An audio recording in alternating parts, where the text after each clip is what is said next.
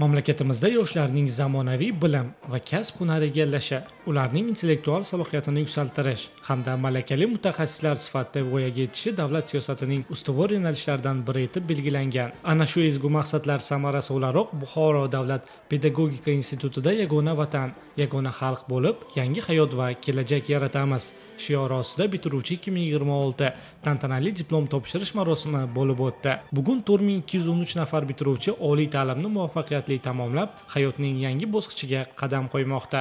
Ko'hna va Boqiy Buxoro majmuasida bitiruvchilar, ularning ota-onalari, professor o'qituvchilar hamda faxriy mehmonlar jam bo'lishdi. Tantanali marosim davlat madhiyasi sadolari bilan boshlandi. Shundan so'ng viloyat hokimi Botir Zaripovning bitiruvchilarga yo'llagan samimiy tabriklari yangradi. Bugungi kun avvalambor muborak bo'lsin deb aytamiz. Bugun shunday beg'ubor osmon ostida, musaffo osmonimiz ostida bo'layotgan shunday qutlug' bir kunda sizlarni viloyat hokimligi nomidan shaxsan viloyat hokimimiz Botir Komilovichning samimiy tabriklarini sizlarga yetkazmoqchiman. Qadrli bitiruvchilar, bugun mana shunday bir nufuzli kechada sizlar bilan eng yaxshi kunni nishonlanayotgan pallada barchalaringizni shukuhli bayram bilan chin yurakdan muborakbod etaman. Bitiruvchi 2026 diplom berish marosimida bugun Buxoro davlat pedagogika institutidan 600 nafardan ortiq bitiruvchilar bitirayotgan ekan. Mustaqil hayotga qo'yayotgan qadamlaringiz bilan sizlarni chin yurakdan muborakbod etaman. Ko'hna va Boqiy Buxoro majmuasida demak bitiruv oqshomi tadbiri tashkil qilinyapti. Talaba yoshlarimiz o'rtasida demak 600 ga yaqin xalqaro sertifikatlar, milliy sertifikatga ega talaba yoshlarimiz bor. Kelajakda o'zlarining faoliyatlarida yetuk mutaxassis bo'lib, davlatimiz ishongan jamiyatimizni farzandlarini o'qitib berish uchun davlatimiz demak shunday sharoitlar yaratib bermoqdaki, bular o'zlarining ustida yanada ishlab, yoshlarimiz uchun yaratilgan imkoniyatlardan keng foydalangan holda bo'lajak pedagoglar bitiruv kechasi bo'lib o'tmoqda. Yoshlarimizga kelajak hayotda yaxshi mutaxassis, o'z o'rniga ega bo'lgan kadr bo'lib yetishlariga tilakdoshmiz. Marosimning eng hayajonli onlaridan biri esa bitiruvchilarga diplomlarni tantanali ravishda topshirish jarayoni bo'ldi.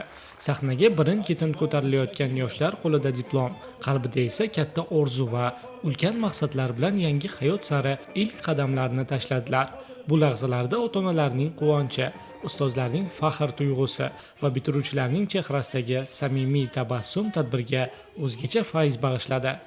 O'zbekiston Respublikasining vatanparvar farzandi, pedagog degan yuksak unvonni olib, har bir bolani qalban tushunishga, ularning iste'dodini ro'yobga chiqarishga va hayot yo'lida yo'lboshchi bo'lishga, ustozlik kasbining obro' e'tiborini yuksak munosib bo'lishga, milliy qadriyatlarimizni asrab avaylashga va ulug'lashga Qasamyod qilaman deb so'z bergan yoshlar ertangi kelajaklari uchun dadil qadamlarni bosishdi.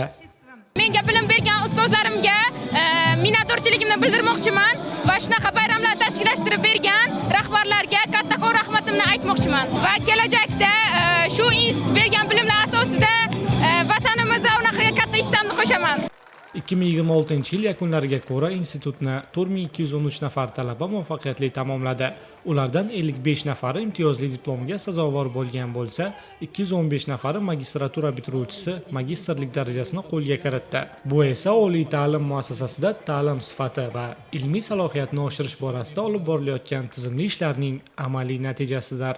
Bitiruvchilarimiz tugatib ketishmoqda. Xursandchiligimizga chek yo'q. Chunki biz bugun bizim institutimizda faxri bo'lgan Navoiy stipendiyasi, prezident grantlari g'oliblari bugun bitirib ketishmoqda. Bular albatta institutimizda faxr edilar. Bundan keyin ham bularga oq yo'l tilaymiz. Hayotda doim mana shunday katta yutuqlarga erishib yurishsin. Biz bular bilan faxrlanamiz. Bugun hammalari imtiyozli diplomlar bilan tugatishmoqda. albatta bu biz uchun katta faxr. Bugungi tashkil qilinayotgan bayramlar, yoshlarga berilayotgan imkoniyatlar albatta davlatimiz, yurtboshimizning yoshlarga bergan imkoniyatlari, shart-sharoitlarni mevasi hisoblanadi. Bularning yutuqlari ham albatta shu rahbarlarimiz bergan imkoniyatlar mevasi. Biz bu uchun albatta yoshlar nomidan, o'zimiz nomimizdan barcha rahbariyatimizga, yurtboshimizga minnatdorchilik bildiramiz. Tantanali marosim nafaqat diplom topshirish, balki haqiqiy bayram ruhida davom etdi. Tadbir doirasida institutning iqtidorli talabalari hamda san'atkorlar tomonidan tayyorlangan musiqiy chiqishlar, milliy va zamonaviy raqslar, kuy-qo'shiqlar yig'ilganlarga ko'tarinki kayfiyat ulashdi. Sahnada vatanga muhabbat, ustozlarga ehtirom va yoshlik orzularini tarannum etuvchi badiiy kompozitsiyalar namoyish qilindi. Har bir chiqish tomoshabinlarning olqishlari bilan kutib olindi.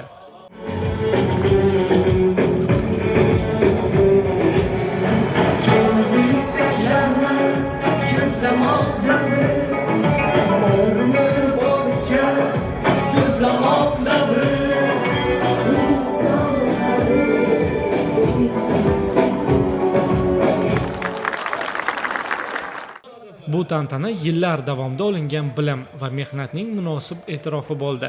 Endilikda bitiruvchilar egallagan bilim va kasbiy salohiyati bilan yurtimiz ta'lim tizimi hamda turli sohalar rivojiga munosib hissa qo'shish mas'uliyatini zimmasiga olmoqda.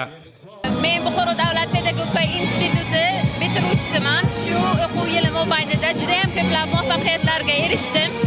Shu jumladan Navoiy nomli davlat stipendiyasi sohibasi hamda institut bosqichi yil talabasi tanlovi g'olibasi bo'ldim.